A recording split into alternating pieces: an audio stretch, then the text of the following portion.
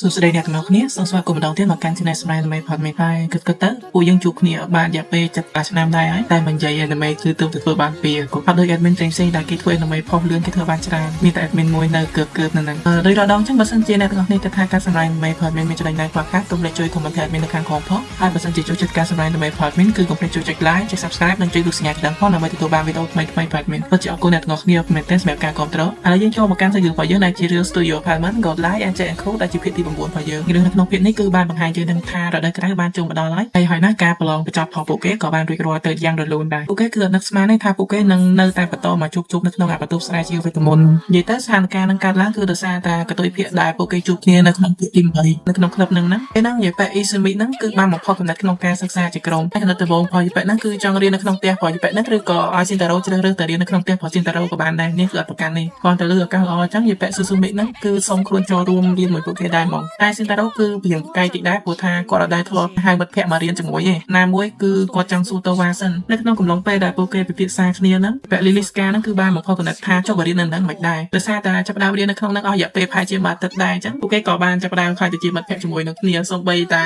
Mofuដែលជាសត្វចិញ្ចឹមផងយពេលហ្នឹងក៏ខ្លាចទៅជាមិត្តភ័ក្តិជាមួយនឹងពួកគេដែរដល់ពេលហ្នឹងសំឡេងមួយបានបន្លឺឡើងទៅពេលដែលពួកគេទាំង3នាក់កំពុងតែរមើលហ្នឹងក្តារមឈូសមួយហ្នឹងចាប់ផ្ដើមបើកឡើងដូចគ្នាតាមពិតទៅលីលីស្កាហ្នឹងគឺដេកនៅក្នុងក្តារមឈូសហ្នឹងនិយាយជាមួយពួកគេវាធ្វើឲ្យស៊ីនតារ៉ូហ្នឹងខុសចិត្តមកព្រោះថាយពេលហ្នឹងបើកចេញមកពីក្តារមឈូសនិយាយទៅដូចធម្មតាអញ្ចឹងតែនិយាយទៅបើសិនជាអត់មានយពេលស៊ូស៊ូមីនៃជួយបរៀនណាការប្រឡងផងនាងក៏មិនដឹងក្បាលកតុយណាដែរសូម្បីតែស៊ីនតារ៉ូហើយនឹងអ៊ីស៊ូមីហ្នឹងក៏និយាយចឹងដែរនិយាយទៅយពេលហ្នឹងចរិតអាឡែឡតិចមែនតែតាមពិតទៅយពេលហ្នឹងគឺជាសិស្សពូកែម្នាក់មិនត្រឹមតែប៉ុណ្្នឹងទេនាងក៏ពូកែក្នុងការបង្រៀនអ្នកដទៃដែរការបង្រៀនផងនាងគឺយកចិត្តទុកដាក់ខ្លាំងមែនទែនបើសិនជាអត់មានការបង្រៀនផលយពេលហ្នឹងទេមិនដឹងថាពួកគេនឹងខ្ទាតទៅដល់កលុកលៀតណាអត់ទេនិយាយទៅពួកគេទាំង3នាក់ហ្នឹងអរគុណយពេលហ្នឹងខ្លាំងមែនទែនហើយបានហៅឈ្មោះយពេលហ្នឹងចំហ្មងថាស៊ឺមើហ្គីសាម៉ានិយាយទៅយពេលហ្នឹងគឺយើងខ្លាំងមែនទែនសម្រាប់ការលេងសើចរបស់ពួកគេមួយហ្នឹងតែបើគេសោះទៅអនស៊ីនតារ៉ូហៅឈ្មោះផងនាងវាជាលើកទី1ដែលគាត់ហៅឈ្មោះផងនាងហើយវាធ្វើឲ្យនាងហ្នឹងរំភើបខ្លាំងមែនទែនរហូតដល់ភ្លេចខ្លួនតែស្របពេលហ្នឹងស៊ីនតារ៉ូគឺបានហៅឈ្មោះយពេលហ្នឹងថាស៊ឺស៊ឺមីវិញដែលធ្វើឲ្យយពេលហ្នឹងភ្ញាក់ខ្លួនហើយបញ្ញាបដូរគ្នារបស់ពេញភ្លាមហ្មងថាឥឡូវហ្នឹងប្រឡងចប់ហើយណាមួយពួកយើងក៏មិនមែនជាសមាជិកនៅក្នុងក្លឹបហ្នឹងដែរត្រូវអត់គាត់ទៅលើយពេលហ្នឹងនិយាយចឹងភ្លាមស៊ីនតារ៉ូគឺចាប់ផ្ដើមភ្ញាក់ខ្លួនភ្លាមហ្មងហើយពួកគេក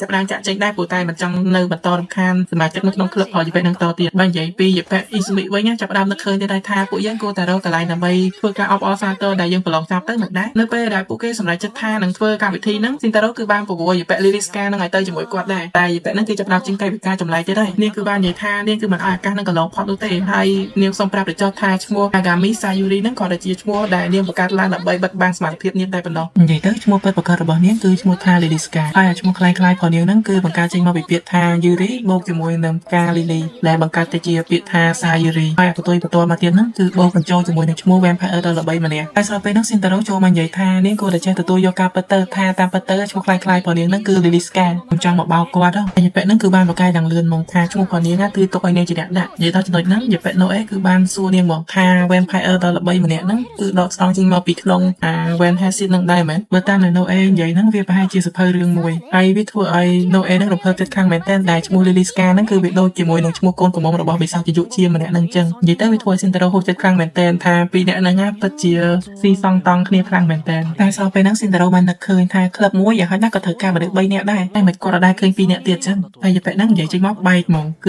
ឺថាអ្នកទី1ហ្នឹងគឺជានាងអ្នកទី2ហ្នឹងគឺជាប្រធានក្រុមឆ្អឹងនៅនេះគាត់នៅនឹងតាំងពីដើមហើយទៅលើភ្លាម Shintaro ស្នើមកថាវាមិនអាចទៅរួចទេតែពេលហ្នឹងគឺបាននិយាយថាវាមិនគាត់ថាមិនអាចទៅរួចជាខំរយយ៉ាងលំបាកនៅក្នុងកណ្ដោសម្រាមនៅក្នុងធ្លាក់មិនងាយណាហើយនាងក៏បាននិយាយថានៅមានម្នាក់ទៀតតែស្របពេលហ្នឹងមនុស្សម្នាក់ហ្នឹងហើយនឹង Shintaro គឺបានមកចាប់អាកន្លែងដៃបាល់ទ្វារហ្នឹងទៅណាគ្នាតែម្ដងសារតែ Shintaro បើកខ្លាំងហ្នឹងគឺធ្វើឲ្យនាងហ្នឹងស្ទុះទៅដួលប៉ះគាត់ហើយដួលទៅក្រៅអុយចាំញាក់ឡងល្អហើយ Shintaro ហ្នឹងគឺបានស្ទុះទៅសុំទោសនាងតែម្ដងតែយពេលហ្នឹងគឺដូចរឿងសពសិទ្ធចឹងដោយសារតែឃើញ Shintaro ជាប្រុសហើយយពេលហ្នឹងគឺយំមកធ្វើឲ្យ Shintaro ស្រែកមកថាគាត់បានធ្វើឲ្យនាងយំមែនហើយពេល Lily Sky ហ្នឹងគឺបានណែនាំឈ្មោះយពេលហ្នឹងឲ្យគេស្គាល់ថា Tsurumi Hisui ដែលជាសិស្សច្បងរៀនឆ្នាំទី2ថ្នាក់ទី1ហើយ Shintaro គឺពិតជាបារម្ភខ្លាំងមែនទែនព្រោះថាយពេលហ្នឹងមើលទៅដូចជាខ្លាចគាត់ដោយសារតែឃើញស្ថានភាពអញ្ចឹងគាត់គឺបានណែនាំឈ្មោះរបស់គាត់មកថាគាត់ឈ្មោះថា Takemitsu Shintaro នៅថ្នាក់ទី1ឆ្នាំទី1តែនៅពេលដែលឃើញកាយវិការយពេលហ្នឹងខ្លាចបែបហ្នឹងគាត់គិតថាយពេលហ្នឹងគាត់ជាស្អប់គាត់ជាមិនខានទេហើយ Lily Sky នាងគឺបានបកស្រាយប្រាប់ Shintaro ថាកុំបារម្ភអី Shintaro យពេលហ្នឹងវាតែអញ្ចឹងនាងគឺអត់ចូលចិត្តមនុស្សលោកទេហើយពេលហ្នឹងខ្លាចគេប៉ុណ្្នឹងឯងជឿមកប្រកែកមួយ Lily Sky ទៀតថានាងមិនអត់ចូលចិត្តទេនាងគ្រាន់តែរៀងខ្មាស់អៀនតែប៉ុណ្ណោះតែ Lily Sky នៅជាតិបន្ថែមទៀតថាក្នុងសារភ្នែករបស់នាងគឺមើលឃើញមនុស្សហ្នឹងមានកំហឹងមកលើនាងហើយពេលហ្នឹងនៅតែប្រកែកអញ្ចឹងថានាងគឺគ្រាន់តែពិបាកនៅក្នុងការទំនាក់ទំនងសង្គម តែប៉ុណ្ណោះត្រង់ពេលហ្នឹងយេប៉េស៊ូស៊ូមីបានចូលរួមមកសុំទោសដោយសារតែនាងគឺបានប្រើប្រាស់ក្លឹបមួយហ្នឹងក្នុងការសិក្សាត្រៀមប្រឡងរបស់ពួកគេតែឥឡូវហ្នឹងគឺនាងសុំចាក់ចេញទៅសិនហើយដល់ពេលដែលនាងគឺបានចាក់ចេញហ្នឹងស៊ីនតារ៉ូគឺបានសួរយេប៉េយ៉ាហ្គាមីគាត់ទៅលើភ្លាមយេប៉េហ្នឹងសន្លក់អាប៉េហ្នឹងភ្លាមហ្មងធ្វើឲ្យស៊ីនតារ៉ូហ្នឹងបដូរមកពាក្យថាលីលីចាំងដែលនៃហ្នឹងគឺហៅយេប៉េលីលីស្កាហ្នឹងឯងទោះថាយេប៉េហ្នឹងព្រមទៅជាមួយពួកគេអត់ឬក៏នៅក្លឹបជាមួយនឹងសមាជិកផងនាងដល់ពីគិតបានមកស្ទុះនាងគឺសមាជិកថានឹងទៅព្រោះថានាងគឺមានរឿងសំខាន់នៅក្នុងការពិភាក្សាជាមួយនឹងស៊ីនតារ៉ូម៉ាដាមស៊ឺមឺហ្គីនិងម៉ាដាមណូអេនិយាយទៅយេប៉េហ្នឹងហៅតែគេក៏ម៉ាដាមដែរខុសពីយេប៉េតូវ៉ាដែលចូលចិត្តហៅថាសាម៉ានៅកតុយដល់ពេលដែលកំពុងដើរហ្នឹងយេប៉េលីលីស្កាក៏បានបកស្រាយប្រាប់គេដែរថាពីមុនឡើយក្លឹបហ្នឹងគឺមានគ្នា3នាក់តែពួកគេហ្នឹងគឺបានរៀនចប់អស់ហើយមូលហេតុដែលក្លឹបហ្នឹងនៅតែអត់បន្តបិទហ្នឹងគឺដោយសារតែមាននាងហើយនឹងយេប៉េហ៊ីស៊ុយនៅក្នុងហ្នឹងតែបច្ចុប្បន្នក្លឹបហ្នឹងគឺអត់ច្បាស់ថានៅអាចបន្តដំណើរការបានអត់ទៀតទេបើសិនជានាងអាចរកមនុស្សយកមកបន្ថែមបានចឹងហើយនេះគឺជាឱកាសល្អរបស់ពួកគេគួរតែមានមោទនភាពក្នុងការចូលមកកាន់ក្លឹបផងនាងដើម្បីស្វែងរកកាន់តែជ្រៅនៅភាពដ៏អាថ៌កំបាំងនិយាយទៅរបៀបក្នុងការហៅសមាជិករបស់យេប៉េហ្នឹងមានអារម្មណ៍ថាអង្គុយលើឆ្អេរលើខ្លួនឯងហ្មងទៀបគេដកដីហើយខ្លួនឯងនោះចង់ឈើផ្លែនិយាយមើលទៅអាបនៅពេលដែលដឹងថាគាត់អត់ព្រមនាងគឺតាំងម្លឹកឡើងទៅដែរថាគឺអាចចំណាយពេលតាមចិត្តដែលគាត់ចង់នៅជាមួយនឹងសិស្សច្បងនៅគួរឲ្យស្រឡាញ់ទៅនឹងហើយគាត់ក៏ចង់គិតមិនទៀតតែស៊ីនតារ៉ូគឺបាននិយាយមកថាបើជាយ៉ាងណានាងក៏មិនគួរណាលើកមកហ្វូពួរដល់ម្លឹងពេកតែមិនត្រឹមតែប៉ុណ្្នឹងទេនាងនៅជួយបន្ថែមទៀតថាគាត់គឺអាចប្រាំសិលជាបានហើយផឹកទឹកក្រូចហ្វ្រីទៀតប៉ុណ្្នឹងហើយនៅចង់បានអីទៀតចុះតែពេលស៊ីនតារ៉ូនឹងគឺបាននិយាយមកថាស្ដាប់មើលទៅដូចព្យាយាមដាក់អន្ទាក់គាត់ចឹងតែគាត់គឺនៅតែអត់ព្រមទេនិយាយចឹងបើសិនជាកលេចមើលទៅកាន់យេប៉េ2នាក់នោះវិញឲ្យតែស៊ីនតារ៉ូហ៊ានងក់ក្បាលព្រាមហើយយេប៉េនឹងគឺរត់ទៅតាមហ្មងគាត់គឺបានសួរយេប៉េលីលីស្កាថារឿងហ្នឹងមែនដែលនាងចង់និយាយជាមួយពួកគាត់ហើយគាត់ក៏សុំទោសយេប៉េហ៊ីស៊ុយដែរដែលធ្វើឲ្យនាងមកពាក់ព័ន្ធជាមួយនឹងរឿងជួបគ្នារបស់ពួកគេហ្នឹងហើយគាត់ក៏បានសួរយេប៉េនឹងបន្ថែមដែរថាបើសិនជាយេប៉េនឹងចូលនៅក្នុងក្លឹបហ្នឹងអញ្ចឹងតើយេប៉េនឹងចូលចិត្តរឿងបែបវិធមុននេះវិញទៅហើយនៅពេលដែលឃើញយេប៉េនឹងជាកាយវិការចម្លែកអញ្ចឹងគាត់បានគិតថាគាត់ធ្វើនាងយំទៀតហើយមែនចឹងហើយមើលទៅលើក្រោយគាត់ប្រហែលជាឈប់និយាយរកនាងទៀតហើយតែស្របពេលហ្នឹងយេប៉េលីលីស្កាហ្នឹងគឺបាននិយាយថានាងគឺចូលចិត្តសភៅដោយសារតែរាល់ពេលដែលនាងចូលក្នុងបណ្ណាល័យនៅពេលដែលនាងមិនអង្គុយចិត្តនាងគឺភ័យខ្លាចខ្លាំងចឹងហើយទើបនាងមកចូលក្នុងក្លឹបហ្នឹងវាអាចធ្វើឲ្យនាងនឹងអានសភៅតែឯងបានស្រួលបាននិយាយទៅគាត់យកទៅទៅមួយចំណុចហ្នឹងតែមិនក៏នាងជ្រើសរើសយកក្លឹបហ្នឹងវិញដល់ពេលដែលកំពុងដើរហ្នឹងយេប៉េអ៊ីស៊ូមីហ្នឹងគឺបានសួរថាតើពួកគេគួរទៅណាទៅស៊ីនតារ៉ូពួកយើងគួរតែគិតបដាមុននឹងចូលទៅកន្លែងចំណតរថភ្លើងយេប៉េស៊ូស៊ូមីហ្នឹងក៏បានសួរថាចុះកន្លែងរេស្តូរ៉ង់ធម្មតាទៅមិនដែរព្រោះថាវាមានរបស់ដែលពួកគេអាចញ៉ាំបានទាំងអស់នៅក្នុងហ្នឹងមិនចាំបាច់រឿងគាត់គឺបាននិយាយថាចុះមីស៊ូឌីមិនដែរកន្លែងហ្នឹងគឺមានកន្លែងញ៉ាំអីធំតែស្របពេលហ្នឹងមានក្មេងៗពីរនាក់បានរត់កាត់ពួកគេដែលជាសម្ភារៈប្រពៃណីនៅពេលដែលពួកគេក៏លេចទៅមើលទៅអញបនភូមិតាចឹងហើយផែនការរបស់ពួកគេហ្នឹងគឺបដូរមកដើរលេងបនភូមិវិញហើយយេប៉េលីលីស្កាហ្នឹងគឺបាននិយាយថាវាជានិស្ស័យច្បាស់កន្លែងតែយេប៉េស៊ីនតារ៉ូវិញគឺខូចចិត្តខ្លាំងមែនទែនពីព្រោះថាយេប៉េហ៊ីស៊ុយហ្នឹងនៅតែតន់ត្រឡប់ជាមួយនឹងគាត់ទៀតពេលដែលកំពុងដើរតាមផ្លូវហ្នឹងវាធ្វើឲ្យពួកគេមានអារម្មណ៍ថាខុសប្លែកខ្លាំងមែនទែនពីព្រោះថាពួកគេគឺធ្លាប់តែដើរលេងបនភូមិពេលយប់ពេលទៅកាន់យេប៉េអ៊ីស៊ូមីវិញនាងគឺពិតជារំភើបចិត្តខ្លាំងមែនទែនពីព្រោះថាវាជាលើកទី1ដែលបានដើរលេងបនភូមិជាមួយនឹងមិត្តភ័ក្តិសូម្បីតែស៊ីនតារ៉ូហ្នឹងក៏ជាលើកទី1ប្រកបដូចគ្នាដល់ពេលហ្នឹងយេប៉េស៊ូស៊ូមីគឺបានសួរទៅកាន់យេប៉េហ៊ីស៊ុយហ្នឹងដែរថាតើនាងគឺតែដើរលេងបនភូមិចឹងអត់នាងគឺចូលចិត្តជាពិសេសគឺនៅរដូវក្តៅហ្នឹងឯងដល់ពេលដែលកំពុងនិយាយគ្នាហ្នឹងគឺបានប្រទះឃើញថាបាត់យេប៉េលីលីស្កាបាត់ហើយតែមើលរូបនាងយេប៉េហ្នឹង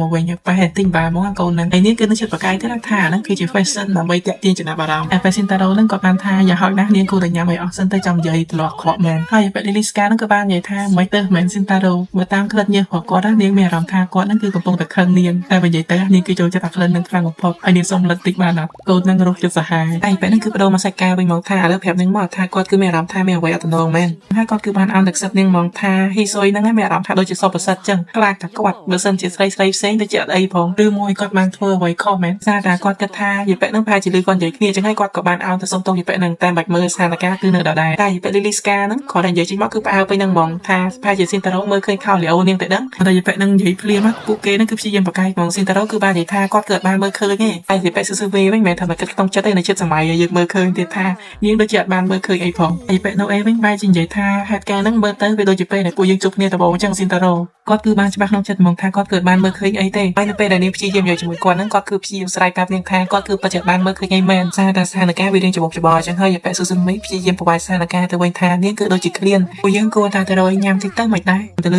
ើយេប៉េហ្នឹងនិយាយអញ្ចឹងយេប៉េណូអេគឺបានស្ទុះចាប់ដៃយេប៉េស៊ីនតារ៉ូហើយរត់ទៅហៅឲ្យញ៉ាំភ្លាមៗមកធ្វើអ្នកបំផុសកណ្ដិតយើងហ្នឹងអស់ចិត្តសាហាវនៅពេលដែលដើរលេងហ្នឹងគឺមានស្ថានភាពផ្លែៗជាច្រើនដូចជាយេប៉េលីលីស្កាអញ្ចឹងគ្រាន់តែទៅបាញ់កំភ្លើងយកតុក្កតាសិនហ្នឹងសិតតែភ្នែកបិសាចបើកឡើងតែសូទៅបាញ់ក្រៅលោកមិនខុសទៀតខ្មាស់គេ មើលនិយាយពីយពេណូអេវិញចោលចរិតមកឲ្យទៅញ៉ាំក្រែម្ដងណាដឹងតែតាស្ដាប់គ្មានបានទេតែនៅពេលដែលពួកគេគ្នាទៅលងប្រាំងអាំងដាក់ជីហ្នឹងគឺធ្វើឲ្យពួកគេទាំង4នាក់ហ្នឹងព្យាយាមរត់ទៅទិញញ៉ាំដែរហ្មងតែធ្វើឲ្យស៊ីនតារ៉ូបាននិយាយថាមើលទៅមនុស្សស្រីឃើញម្ហូបប្លែកអីតិចបាននេះទៅមកជួទៅហើយគាត់ក៏គួរតែរករបស់ដែលគាត់ចូលចិត្តដែរពេលដែលគាត់កំពុងតែដើរហ្នឹងគាត់គឺបានប្រទះឃើញតែសក់ដាក់ត្រាំតកអត់មានអត់យល់អានឹងឆ្ងាញ់មិនទៅបានជនជាតិជប៉ុនឃើញគេដល់សារលក់អាហ្នឹងតែនៅពេលដែលគាត់កំពុងតែគិតថាគួរតែសាកឬក៏មិនសាកហ្នឹងយីប៉ែហ៊ីស៊ុយហ្នឹងគឺបានចូលមកគាត់តែគាត់សួរបន្តិចសោះហ្នឹងយីប៉ែហ្នឹងតាំងទៀតហើយតែធ្វើឲ្យគាត់ហ្នឹងគឺអត់ជំរឿនទេមានតែសម្រេចចិត្តថាទិញអាហ្នឹងពីរឲ្យនាងមួយតែប៉ុណ្ណោះតែមិនចាំសងគាត់វិញទេបន្ធូរអារម្មណ៍ហើយញ៉ាំវាតាមតាណាទៅរៀនសិនហើយបំផុតនាងគឺដាច់ចិត្តនិយាយជាមួយគាត់ហើយពេលហ្នឹងនាងគឺបាននិយាយថាលោកគឺខុសហើយតានាងចង់មានន័យថានាងគឺអត់ចូលចិត្តញ៉ាំប្រសក់នឹងទេមែននៅពេលដែលនាងកំពុងតែរៀបនឹងបកស្រាយហ្នឹងគ្នាព្រោះពួកគេហ្នឹងគឺបានមករកពួកគេឃើញពេលហ្នឹងវាធ្វើឲ្យនាងដាច់ចង្វាក់នៅក្នុងការនិយាយព្រោះនាងធ្វើនឹងតែម្ដងដោយសារតែការដើរលេងហ្នឹងវាសប្បាយពេកគឺធ្វើឲ្យអ៊ីស៊ូមីហ្នឹងអត់ចង់ទៅវិញសោះតែម្ដងតែស៊ីនតារ៉ូគឺបានប្រាប់ថាវាយប់ហើយអញ្ចឹងហើយពួកយើងគឺត្រូវតែបែកផ្លូវគ្នាតែមួយគាត់ក៏ដូចនាងដែរហើយគាត់ក៏មិនដែលរំពឹងថានឹងចូលរួមពិធីបុណ្យភូមិរដូវក្តៅបានសប្បាយអញ្ចឹងជាមួយមិត្តភ័ក្តិទេនិយាយទៅវាពិតជាគាត់ជួនខ្លាំងមែនទែននៅពេលដែលពួកគេប្រឡងចប់ហ្នឹងវាចំពេលដែលពិធីបុណ្យរដូវក្តៅហ្មងធ្វើឲ្យគាត់សប្បាយចិត្តខ្លាំងមែនទែនដែលបានដើរលេងនៅក្នុងពិធីបុណ្យហ្នឹងជាមួយមិត្តភ័ក្តិនិយាយទៅវាពិតជាសំណាងខ្លាំងមែនទែន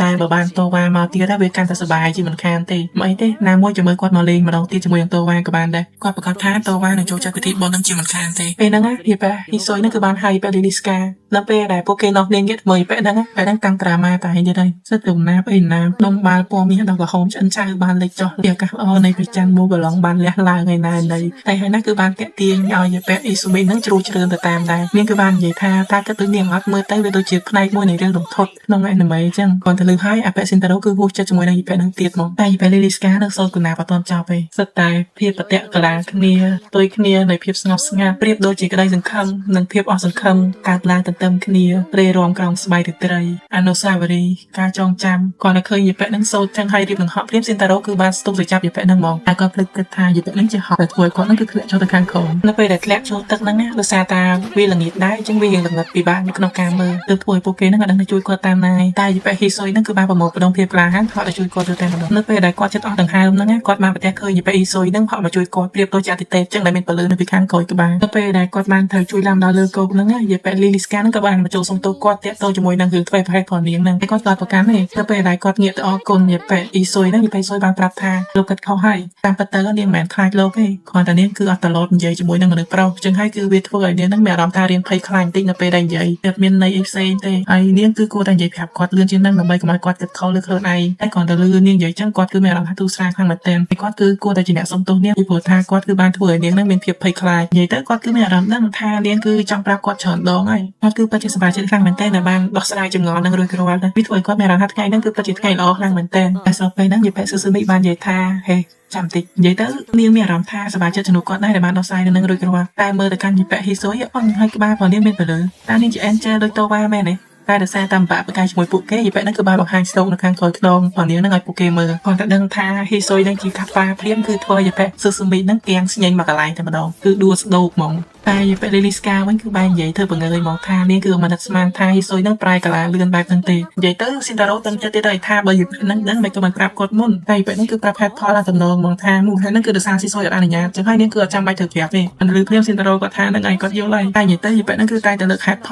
លដែលសមហេតុផលជានិច្ចតែម្ដងហើយការប្រែកាយផលហ៊ីស៊ុយហ្នឹងគឺវាធ្វើនាងឆ្ងល់មកថាមិនក៏ទៅជាអញ្ចឹងតែស្របពេលហ្នឹងយីប៉ែលីលីស្កាគឺបានបកស្រាយថាបើយើងដឹងថាមូលហេតុដែលហ៊ីស៊ុយប្រែទៅជាអញ្ចឹងដោយសារតែធម្មតាបើសិនជានាងហ៊ានតែញ៉ាំសសក់ហើយប៉ះទឹកក្នុងរយៈពេល1ម៉ោងក្នុងកំឡុងពេលហ្នឹងនាងនឹងតែប្រែទៅជាខាប់ប៉ាហ្មងគាត់ទៅលើយីប៉ែនឹងនិយាយព្រាមអាប៉ែស៊ីនតារ៉ូគឺដឹងមកថាមូលហេតុហ្នឹងគឺមកពីគាត់កំហុសគាត់និយាយទៅបើចូលជាដឹងហើយហ្នឹងយីប៉ែលីលីស្កាហ្នឹងក៏បានប្រាប់បន្ថែមទៀតមកទៅថាលោកតាផលយីប៉ែហ៊ីស៊ុយហ្នឹងគឺជាមេបងធំផលខាប់ប៉ាទាំងអស់នៅក្នុងប្រទេសជប៉ុនតែម្ដងចឹងហើយអនាគតផលយីប៉ែហ៊ីស៊ុយហ្នឹងក៏ជាខាប់ប៉ាទី1នៅក្នុងប្រទេសជប៉ុនមួយគ្នាគាត់ទៅលើហើយធ្វើអាប៉ែស៊ីនតារ៉ូយើងទាំងហ្មងព្រោះថាគាត់ទទួលបានព័ត៌មានច្រើនណាស់ម្លឹងនៅពេលដែលយីប៉ែហ៊ីស៊ុយហ្នឹងកំពុងតែវល់ហ្នឹងអ៊ីស៊ូមីគឺបានចូលខ្លួនទៅនិយាយជាមួយយីប៉ែហ្នឹងមកថាមិនបាច់ភ័យទេគេគឺបានដឹងរឿងហ្នឹងអស់ហើយនាងក៏ដូចយីប៉ែហ្នឹងដែរតែគាត់ទៅលើចឹងយីប៉ែហ៊ីស៊ុយហ្នឹងគឺបានគិតថាយីប៉ែហ្នឹងគឺជាខាប់ប៉ាដែរតែយីប៉ែហ្នឹងប្រាប់ថាមែនទេហើយក៏កុំបារម្ភពីរឿងហ្នឹងដែរទៅពេលដែលពួកគេគឺបានទុកចិត្តគ្នាហើយហ្នឹងអាប៉ែស៊ីនតារ៉ូគឺបាននិយាយថាគាត់គឺមានមនុស្សម្នាក់ចង់ណែនាំឲ្យនាងស្គាល់តែនាងប្រកាន់អត់ហើយគាត់នឹងសុំទៅនិយាយជាមួយនឹងមនុស្សម្នាក់ហ្នឹងសិនទៅពេលដឹងថានាងយល់ព្រមហើយចឹងគាត់គឺស្ទុះទៅរកមនុស្សម្នាក់ហ្នឹងហ្មង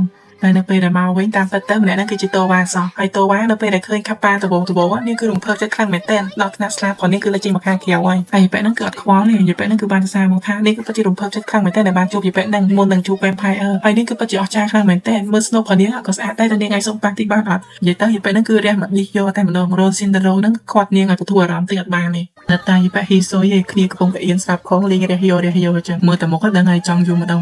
តែសាច់រឿងយើងនៅក្នុងពាក្យទី9នៃរឿង Studio Apartment God Light and Jane Food របស់យើងគឺបានចាប់តាមហ្នឹងហើយពិតជាអរគុណអ្នកទាំងអស់គ្នាខ្លាំងមែនទែនសម្រាប់ការគ្រប់គ្រងសារដែលយើងចូលភាគទី9ហើយចឹងហើយនៅខ្វះ3ភាគទៀតគឺចប់ហើយរឿងហ្នឹងហើយអានេះគឺចាប់ផ្ដើមដើររករឿងបន្តសម្រាប់សម្រាប់អ្នកទាំងអស់គ្នាបណ្ដាហើយចឹងអរគុណអ្នកទាំងអស់គ្នាខ្លាំងមែនទែនដែលបានគ្រប់គ្រងហ្នឹងហើយដោយរដូវអញ្ចឹងបើសិនជាការសម្ដែងផលមានបញ្ហាកន្លែងណាឬក៏មើលកន្លែងណាអត់ទៅអីកុំភ្លេចជួយប្រាប់មាននៅក្នុង comment ផងហើយបើសិនជាចូលចិត្តគឺកុំភ្លេចជួយឲ្យ like អ្នកមួយផងក៏កុំខ្លាញ់ពេកហើយកុំភ្លេចជួយចុច subscribe និងចុចសញ្ញារូបកណ្ដឹងដើម្បីទទួលបានវីដេអូថ្មីៗផ្សេងៗពិតជាអរគុណអ្នកទាំងអស់គ្នាខ្លាំងមែនទែនដែលបានគ្រប់គ្រងមានដល់ចំណុចហ្នឹងមានសូមជម្រាបលាទៅសិនហើយជួបគ្នាអាទិត្យក្រោយបាយបាយ